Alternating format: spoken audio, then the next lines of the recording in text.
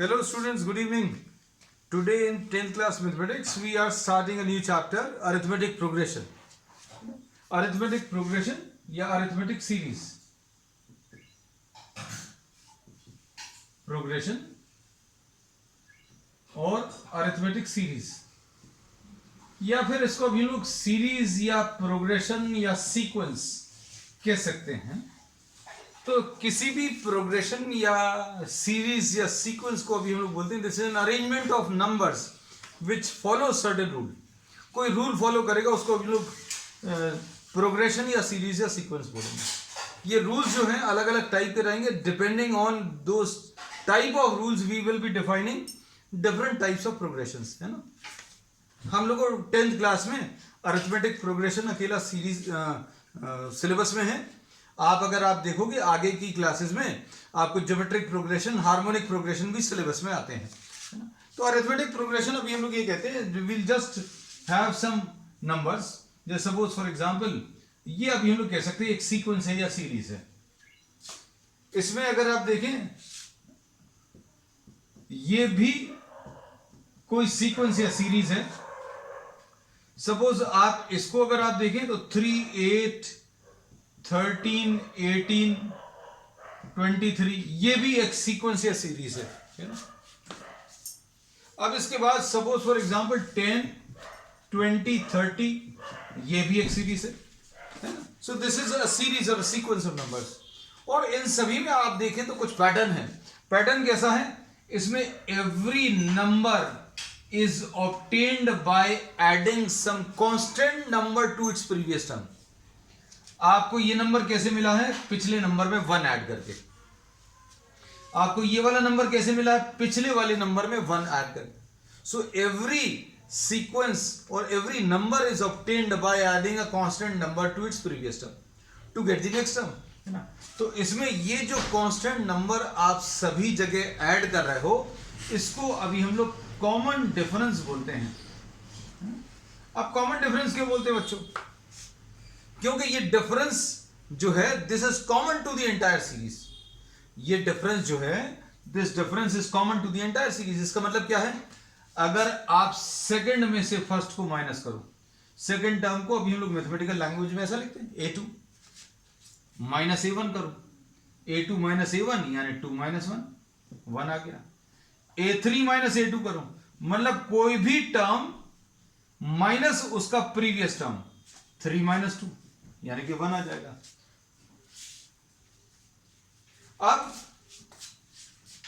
Fourth term minus third term, fourth term में से third term minus करो तो ये 4 माइनस 3 यानी कि 2 आ गया. तो this difference is common to the entire series, इसलिए इसका नाम कॉमन डिफरेंस है. So common difference in this case is common difference in this case is 1. और कॉमन डिफरेंस को बच्चों अभी हम लोग डी से रिप्रेजेंट करते हैं, है ना. बहुत सिंपल भाषा में बोलें तो आपको इन नंबर्स में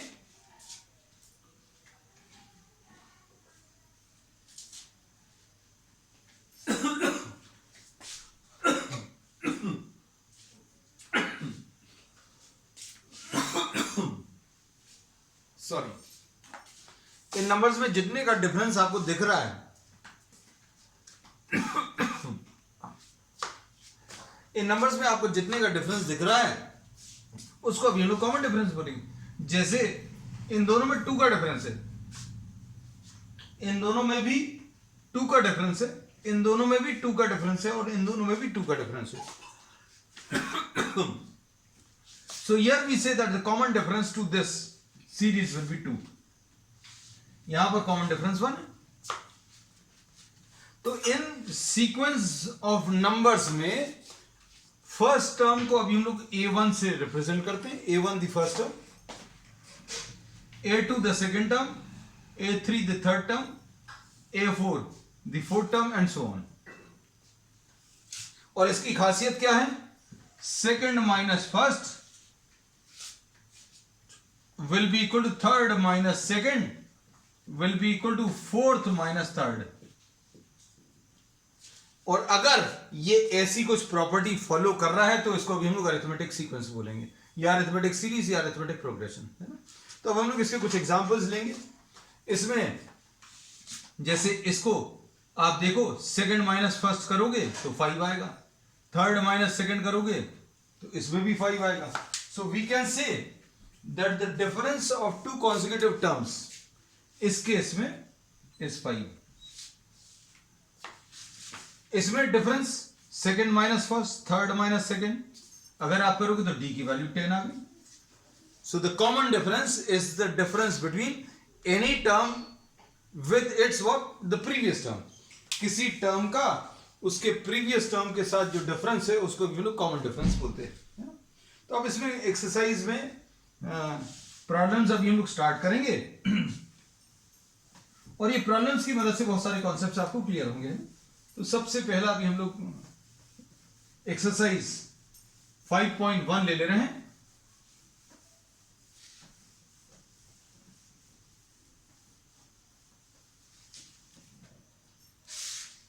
एक्सरसाइज 5.1.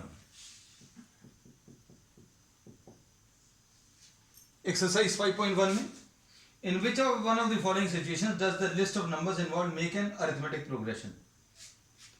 फर्स्ट में फर्स्ट पार्ट, इनमें से कौन से वाले केसेस में अरिथमेटिक प्रोग्रेशन बन रहा है ये आपको बताना है. स्टेटमेंट दिया है, I will read the statement. इसमें इन्होंने कहा है the taxi fare after each kilometre when the fair is 15 for the first kilometre and 8 for each additional 1 kilometre, है ना. इन्होंने बोला कि आप 1 किलोमीटर अगर ट्रेवल करोगे तो आपको 15 रुपीज लगेगा. अगर आप 1 किलोमीटर के बाद एक और किलोमीटर ट्रेवल करोगे तो 15 तो लगेगा और फिर 8 रुपीज और लगेगा. For every 1 kilometre subsequently 8 rupees will be added. Taxi का चार्ज ऐसे ही रहता है कि भाई शुरू के 1 किलोमीटर में 15 रुपीज. तो A1 अभी हमने बता दिया बच्चों, A1 15 रुपीज, A2 15 प्लस 8 यानी 23. 1 किलोमीटर और चले अगर आप मतलब 3 किलोमीटर चले, अभी 2 किलोमीटर का तो चार्ज बता दिया, 1 किलोमीटर प्लस 1 किलोमीटर प्लस, इसको लिखने की जरूरत नहीं है, सिर्फ समझाने के लिए अभी हमने बताया. पहले 1 किलोमीटर के लिए 15 रुपीज, फिर अगले के लिए 8, फिर अगले के लिए 8. तो A3 कितना आ जाएगा बच्चों, 23 प्लस 8 यानी कितना आ जाएगा, ये 31. अब इसमें देखो सीरीज कैसी आ गई, 15, 23, 31. अब इसमें क्या बोल सकते बच्चों, इसका डिफरेंस 8 है. A2 माइनस A1, 23 माइनस 15 यानी 8. A3 माइनस A2, 31 माइनस 23 यानी कि 8. तो ये कॉमन डिफरेंस आ गया. So here we say that the common difference of this is 8 and this is what, this is an AP. An AP. ठीक. अब इसमें कॉमन डिफरेंस अगर आप निकाल पा रहे हो, दो टर्म्स का डिफरेंस, इन दो टर्म्स का डिफरेंस और अगले दो टर्म्स का डिफरेंस अगर सेम आ रहा है तो वो AP है. रीजन में अभी हम लोग यही बताएंगे that the common difference between second and first, third and second, fourth and third is same, है ना. Next, the amount of air present in a cylinder when a vacuum pump removes 1/4 of the air. ओ ये अच्छा question है बच्चों. अब इसमें देखो, ये क्वेश्चन को अच्छे से समझना. इसमें इन्होंने बोला है कि हर बार कोई एक पंप आपने लगाया, कोई वैक्यूम पंप आपने लगाया, the amount of air present in a cylinder when a vacuum pump removes 1/4 of the air remaining in the at a time. Question number first का second part, let the amount of air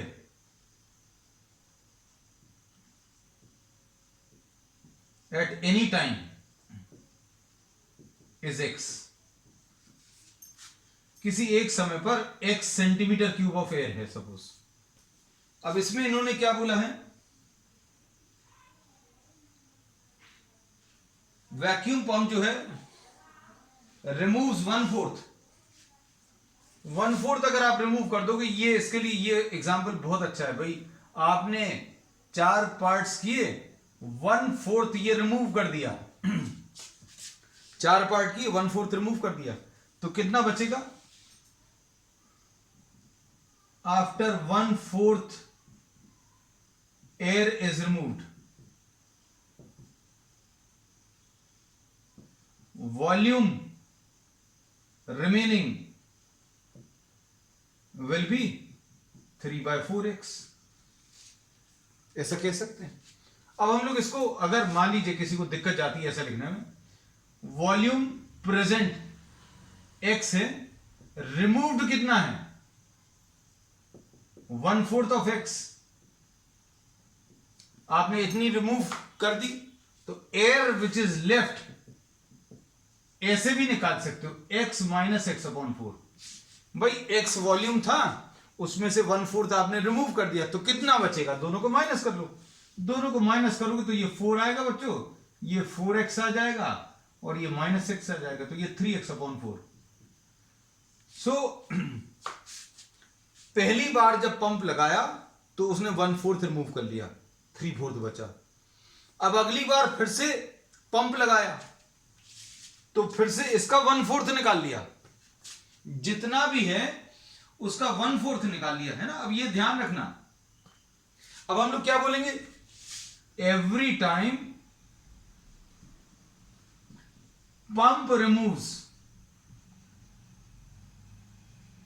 1/4 of the air present, जितनी air है उसका 1/4 remove कर रहा है। इसका मतलब क्या है? इसका मतलब यह है therefore volume left will be 3/4 which was present.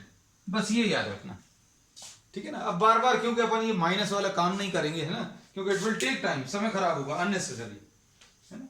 तो अब देखो अभी हमने क्या बोला बच्चों?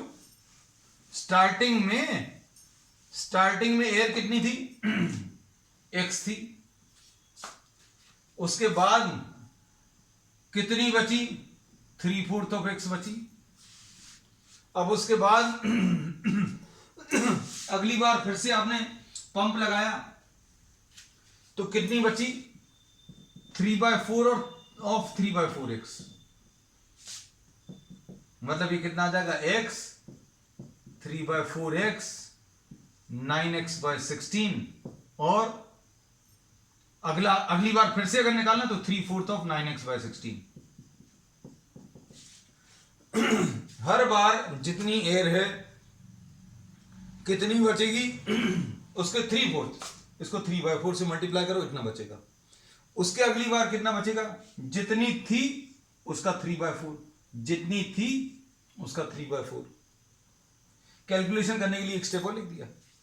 अब इतनी थी, अब अगली बार कितनी बचेगी? इसकी 3/4। अब सीरीज लिख दें, x 3x/4 sorry 9x/16 and 27x/64।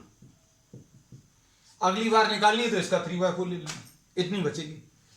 पहले x थी, इतनी बची, फिर इतनी बची, फिर इतनी, 3/4। हर बार 3/4 से मल्टीप्लाई हो जाएगी क्योंकि हर बार क्या होगा? जितनी भी रहेगी उसका 1/4 रिमूव करेंगे, बचेगा कितना? हर बार 3/4। अब डिफरेंस देखो, इन दोनों का डिफरेंस। अब इन दोनों का डिफरेंस निकालने का एक सिंपल सा तरीका बताया दे रहा है। देखो, इसको 64 बना लो। कैसा लिखो? 64x/64। कोई दिक्कत नहीं। इसको ऊपर नीचे 64 से मल्टीप्लाई कर दिया। इसको क्या किया? 64 बनाने के लिए अपन किससे मल्टीप्लाई कर लें? 16 से ऊपर नीचे, तो ये कितना आ जाएगा? 48x/64। इसको 4 से, है ना, ऊपर नीचे। अभी हम लोग किससे मल्टीप्लाई कर रहे हैं? 36x/24, और इधर ये 27x/64 है। डिफरेंस देखो बच्चों, इन दोनों का डिफरेंस a2 - a1 कितना है बच्चों? A2 minus A1 48x/64 minus 64x/64, ये कितना आ जाएगा? Minus 16x/64। A3 minus A2 वो तो दिख ही रहा होगा, इन दोनों का डिफरेंस, ये कितना आ जाएगा? माइनस 12।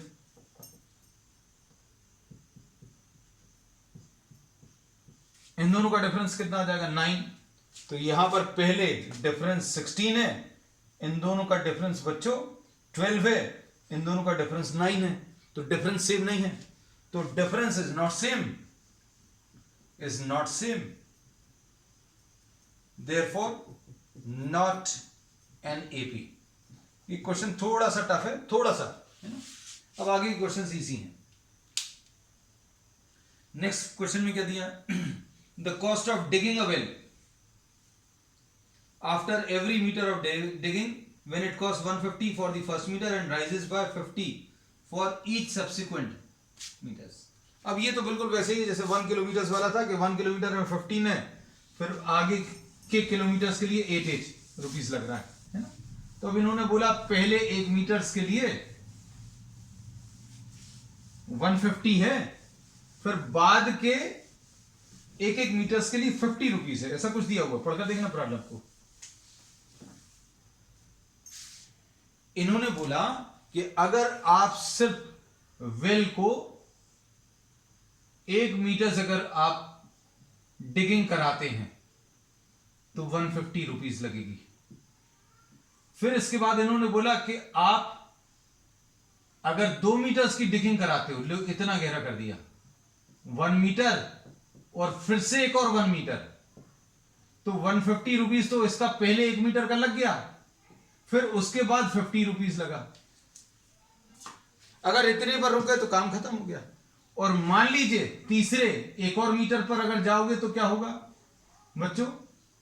ये 150 तो इसका लग गया, 50 इसका लग गया, फिर आपका मान किया कि 1 मीटर और नीचे आ गए तो ये 50 और, है ना। तो अब हम लोग इसमें क्या बोलेंगे बच्चों? एग्जाम हमने डायग्राम इसलिए बना दिया क्योंकि आपको क्लियर हो जाएगा कि 1 मीटर्स के लिए फर्स्ट टर्म, ये क्वेश्चन नंबर फर्स्ट का थर्ड पार्ट है ना। A1 की वैल्यू 150 है, A2 की वैल्यू 200 है, A3 की वैल्यू 250 है ना। तो ये 150, 200, 250, 300, तो ये क्या है? एपी है। क्यों एपी है? इन दोनों का difference A2 minus A1 will be 200 minus 150 यानी कि 50 आएगा। A2 माइनस A1, ये A1 है बच्चों, ये A2 है, ये A3। अब A3 माइनस A2, ये तो 250 माइनस 200 आएगा, ये भी 50 आएगा। So we say that this is an AP. ठीक, चलो next part, fourth part. The amount of money in the account every year when 10,000 is deposited at compound interest। अब compound interest का बच्चों अमाउंट का फॉर्मूला मालूम होना चाहिए, है ना। अमाउंट का फॉर्मूला क्या होता है?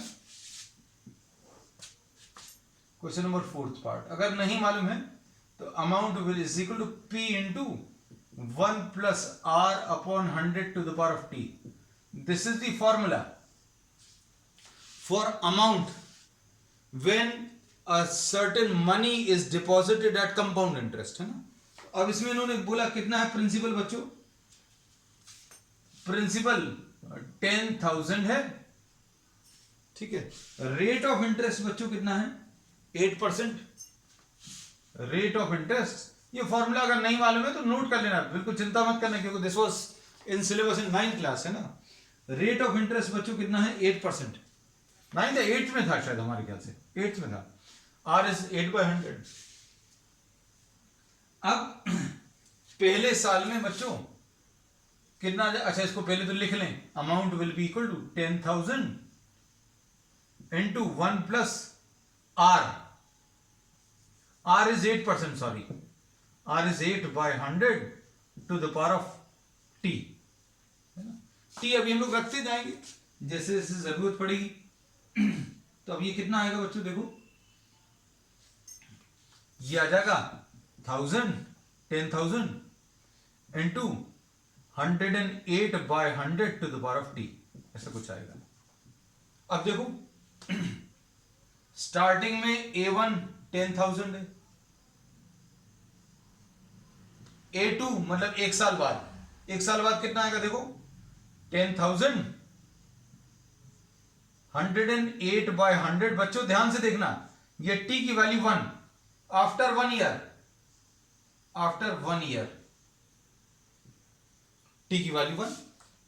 तो इसमें ज्यादा दिमाग मत लगाना क्योंकि ये एपी से रिलेटेड नहीं, this is a concept which is related to compound interest, है ना। 2 इयर्स, 2 साल के बाद A3 की वैल्यू 10,000 इंटू 108/100 का होल स्क्वायर। t की वैल्यू 2 रख देना, t की वैल्यू 1 रखी पहले, फिर t की वैल्यू 2 रखी, फिर t की वैल्यू 3 रख लेना। ऐसे ही सॉल्व करते जाना। तो ये कितना आएगा, हम आपको वैल्यूज दे दे रहे हैं बच्चों डायरेक्टली। 10,000, ये तो देखो 100 और 100 कैंसिल होगा, ये 10,800 आ गया। और ये वाली वैल्यू कितनी आ जाएगी ये सॉल्व करने पर, this turns out to be 11,664। अब देख लो इन्हीं दोनों में, देख लो इनका डिफरेंस कितना आ रहा है, इन दोनों का डिफरेंस 800 और इन दोनों का डिफरेंस 800 तो नहीं आ रहा, ये 864 आ रहा है शायद, है ना। ये देखो इन दोनों का डिफरेंस कितना आ रहा है 864। तो ये डिफरेंस सेम नहीं है, पहले और दूसरे टर्म का डिफरेंस 800, दूसरे और तीसरे टर्म का difference 864। This is not an AP. और अभी हम लोगों को जितने भी प्रॉब्लम्स नॉट एन एपी के हैं वो काम के नहीं, क्योंकि चैप्टर का नाम क्या है, एपी, अरिथमेटिक प्रोग्रेशन, है ना। तो इन पे ज्यादा जोर मत देना। अब देखो, अब प्रॉब्लम जो है इजी हो जाएंगे, बहुत इजी, क्योंकि यही क्वेश्चंस थे, मतलब नॉट एन एपी वाले जो आपको थोड़ी सी समस्या दे सकते हैं, है ना। अब देखो,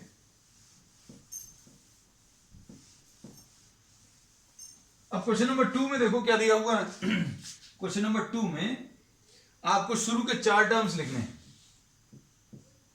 आपको फर्स्ट टर्म जैसे सपोज 10 दिया है और d की वैल्यू 2 दी है, a की वैल्यू 10, फर्स्ट टर्म 10 दिया है, पहला टर्म दिया है और डिफरेंस 2 दिया है, तो आसान है भाई। पहला टर्म 10 है, डिफरेंस 2 है, तो 10 + 2 मतलब 10 और 12 आ गया। फिर अगला टर्म कैसे मिलेगा, 12 + 2, d ऐड करते जाओ, मतलब 3 टर्म्स आ गए, 10, 12, 14। आपको जरूरत नहीं है ऐसे बार बार लिखने की, लेकिन हम सिर्फ समझाने के, 3 टर्म्स आने के बाद अगला टर्म लिखो तो 14 + 2, चौथा टर्म भी आ गया, है ना। तो ये क्या आ जाएगा, 10, 12, 14, 16, 18, मतलब पहला टर्म लिखो, उसमें ये d ऐड करते जाओ तो आपको पूरी सीरीज मिल जाएगी। तो मतलब आपको सेकंड वाले क्वेश्चन में a दिया है और d दिया है, and you have to find out 4 terms, है ना। So we are starting with the first question. देखो फर्स्ट क्वेश्चन में क्या दिया, a की वैल्यू 10, a की वैल्यू 10 है और d की वैल्यू बच्चों 10 है। अब देखो इसमें 10, अगला टर्म कैसे मिलेगा बच्चों, इसमें d ऐड करते जाओ, ये a1 की वैल्यू 10, a2 की वैल्यू 10 + 10 यानी 20, a3 कैसे मिलेगा, इसमें 10 ऐड कर दो, 20 + 10 यानी 30, d ऐड करते जाना, बस ये याद रखना। और सिंपल डायरेक्टली भी 10, 20, 30, 10 ऐड करते जाओ, 4 टर्म्स लिखने, बस खत्म हो गया, इतना सा है। नेक्स्ट इसके बाद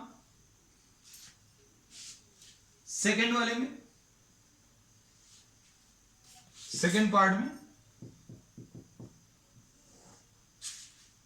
a की वैल्यू -2 दिया है, a की वैल्यू -2, d की वैल्यू 0, 0 ऐड करते जाओ, पहला टर्म लिखो बच्चों -2, 0 ऐड करो तो अगला टर्म आएगा, फिर से 0 ऐड कर दो तो अगला टर्म आ गया, फिर से 0 ऐड कर दिया तो खत्म। तो यही आएंगे क्योंकि कॉमन डिफरेंस इसका 0 है। अगला फोर्थ टर्म, फोर्थ प्रॉब्लम, इसमें a की वैल्यू -1 है, d की वैल्यू 1/2। तो a1 बच्चों -1 है ना, a2 -1 + 1/2, 1/2 ऐड करते जाओ। अब इसमें थोड़ी सी कुछ बच्चों को प्रॉब्लम जा सकती है, क्यों? क्योंकि फ्रैक्शन है। -1/2 आ गया।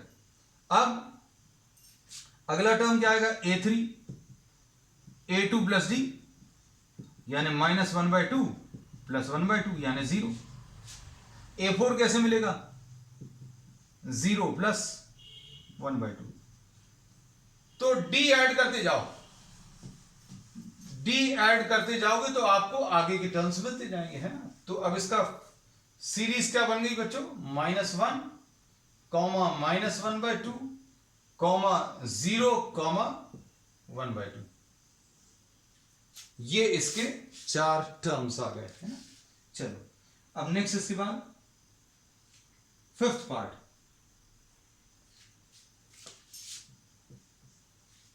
फिफ्थ पार्ट देखो बच्चों, a की वैल्यू -1.25 और d की वैल्यू बच्चों कितनी है?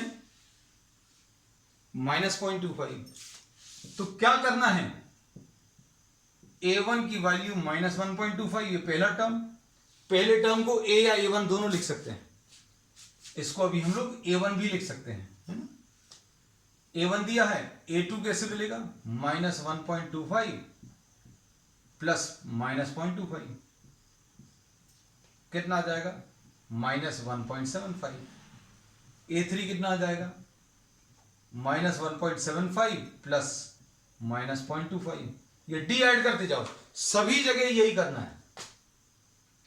अगर आप डायरेक्टली लिख पाओगे तो बहुत अच्छी बात है, -1.25। कुछ बच्चे लिख लेंगे, इन दोनों को ऐड करेंगे तो -1.75। अब इसमें फिर से 0.25 ऐड करो तो -2 -2.25। तो ये आंसर आ गया, है ना। चलो नेक्स्ट, इसके बाद क्वेश्चन नंबर 3 देखो।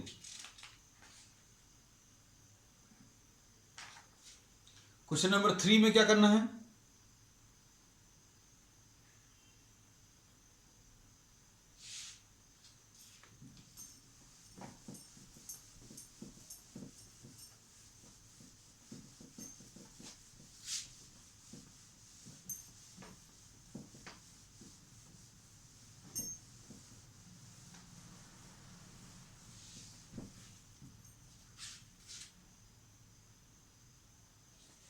क्वेश्चन नंबर 3 में देखो, for the following APs find the first term and the common difference. ये और इजी है, इसमें कुछ भी नहीं करना आपको। देखो इसमें आपको जो दिया हुआ है 3 1 फर्स्ट पार्ट में, 3 1 -1 ऐसा कुछ है। सेकेंड वाले में हम सारे प्रॉब्लम्स लिख दे रहे हैं, -5 -1 3,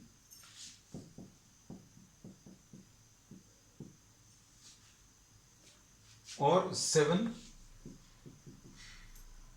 थर्ड में 1/3 5/3 9/3, 1/3 8/3 9/3। फोर्थ पार्ट में क्या है?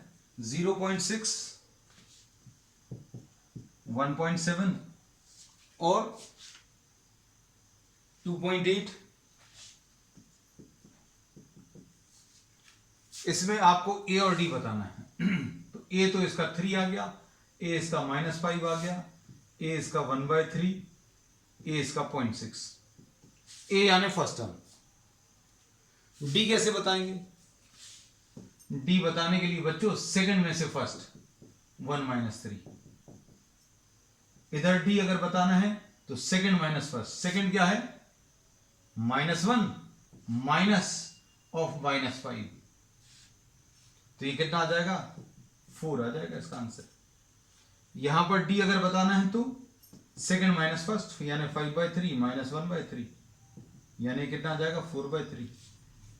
और इसका डी अगर बताना है तो डी कितना आएगा 1.7 - 0.6 1.1। So this will be the answer, है ना। तो इसमें अभी हम लोग ये बोलते हैं कि ए और डी ही आपको बताना था, ए और डी बता दिया, और इनको अभी हम लोग फर्स्ट टर्म को कई बार कई जगह पर A1 भी लिखते हैं। So nothing to worry about, you can write this as A, you can write this as A1, है ना। ये हो गया कंप्लीट। अब इसके बाद नेक्स्ट,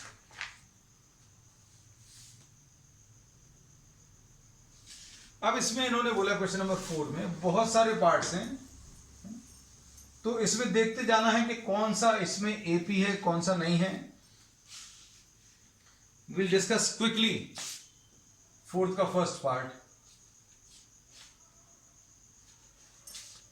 2, 4, 8, 16, इधर पर डिफरेंस 2 का है, इधर डिफरेंस 4 का है, नॉट एन एपी। क्यों? इनका डिफरेंस 2 का आ रहा है, इनका डिफरेंस 4 का आ रहा है, तो मतलब यहीं पर खत्म हो गया प्रॉब्लम। सेकंड पार्ट में क्या है 2, 5/2, 3 और 7/2, है ना। तो ये ज्यादा आसान आपको रहेगा अगर डेसिमल में लिख लो 2, 2.5, देखो डिफरेंस 0.5 का है, इन दोनों के डिफरेंस बीच में भी डिफरेंस 0.5 का है ना। तो अब हम लोग क्या बोलेंगे, दिस इज एन एपी है। अब इसके अगले 3 टर्म्स और लिखने हैं, ऐसा बोला है इन्होंने, 3 मोर टर्म्स। तो 3 मोर टर्म्स अगर कितने आ जाएंगे, 2, 2.5 है बच्चों, 3 है, ये 3.5 है, अगला क्या आ जाएगा 0.5 ऐड करो 4, 0.5 फिर से ऐड करो 4.5, add another 0.5 which will be 5 and so on. तो सेकंड प्रॉब्लम ये हो गया। थर्ड वाले में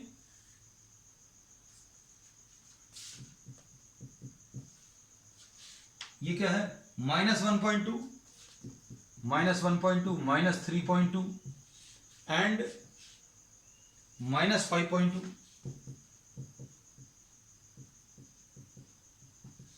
तो इसमें कॉमन डिफरेंस कितना आ जाएगा, -3.2 -1.2, है ना। तो ये ध्यान से देखो कितना आ जाएगा, -3.2 + 1.2 यानी -2 का, सभी जगह -2 करोगे -3.2 में से -2 करोगे तो -5.2 -7.2। अगला टर्म क्या आ जाएगा -9.2, अगला कितना आ जाएगा -11.2 और अगला कितना -13.2। ये आंसर आ जाएंगे, ठीक। क्वेश्चन नंबर फोर्थ पॉइंट देख लो इसका।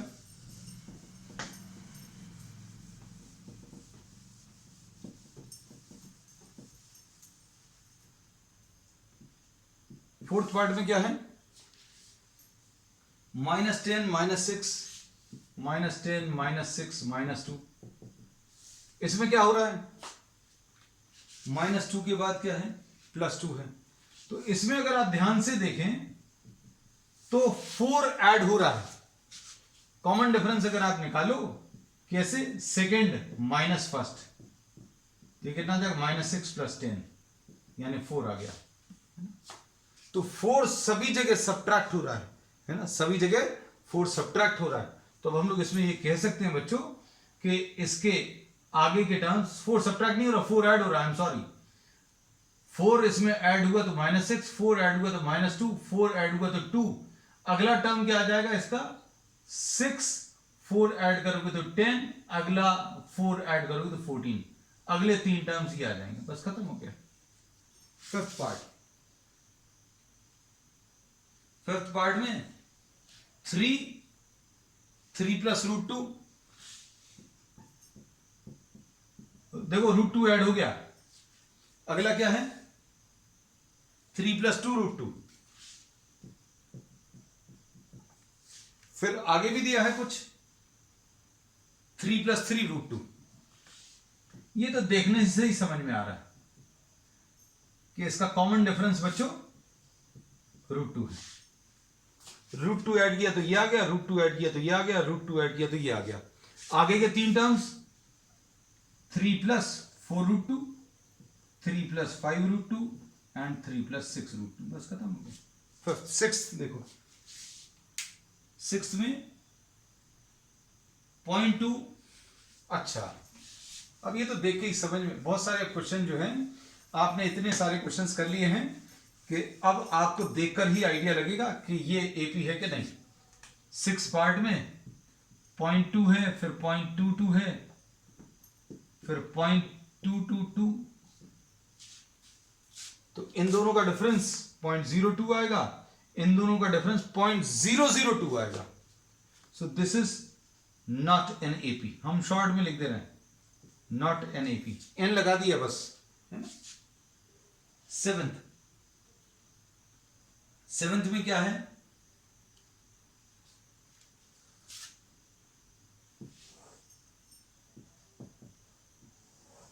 सेवेंथ वाले पार्ट में ये 0 - 4 - 8, 0 - 4 - 8 - 12। देखो देखकर ही आइडिया लग जाता है, -4 कर रहे हैं सभी जगह। तो अगले 3 टर्म्स क्या आ जाएंगे इसमें कॉमन डिफरेंस बच्चों? सेकंड माइनस फर्स्ट, -4 - 0 यानी -4 आ जाएगा। -4 करते जाओ तो अगला टर्म क्या आ जाएगा? -16, -20, -24, -28। आपको जितने निकालने उतने निकाल सकते हो। सेवंथ आ गया।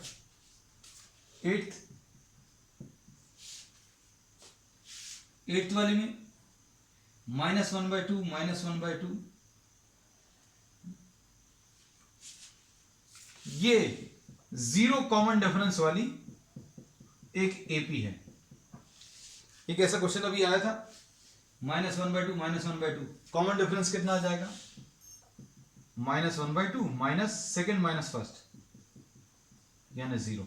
तो आगे के टर्म्स अगर लिखने हैं तो वो क्या आ जाएंगे? -1/2, फिर अगला -1/2 और -1/2।